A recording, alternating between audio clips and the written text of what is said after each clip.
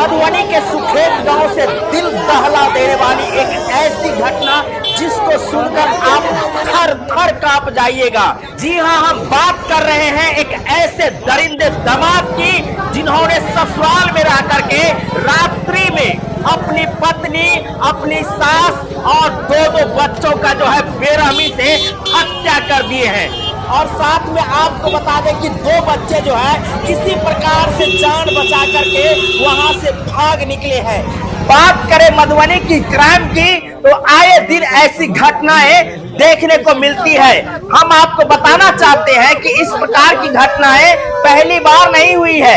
इससे पहले भी हमने आपको बाबूबड़ी की घटना सुनाए थे, जहां पति ने रात्रि में जो है सो अपनी पत्नी की जो है सो हत्या कर दिए थे। वैसा ही घटना जो है आज मधुबनी के झंझारपुर थाना अंतर्गत सुखेत गांव में देखने को मिली है, जहां चार की हत्या जो है सो दरिंदे दामाद ने रात्रि में कर दिए हैं। देख सकते हैं काफी संख्या में यहाँ लोग इकट्ठा हो चुके हैं। और आपको बता दें, बगल में जो घर आप देख रहे हैं, इसी घर में चार लाशें जो है सो पड़ी हुई है, जहां दो छोटे छोटे मासूम की लाश है, तो वहीं आपको बता दें कि दरिंदे दामाद की पत्नी और उनके सास की लाश जो है सो इस घर में रखी हुई है। और उनके दो बच्चे जो है सो किसी प्रकार से कंबल ओढ़ करके छुप गए, नहीं तो उनका भी जो है सो कत्ल जो है सो रात्रि में कर दिया जाता। जिस प्रकार से घटनाएं आम हो रही है, कहीं न कहीं मिथिलांचल के धरती को ये घटना जो है सो कलंकित कर रही है।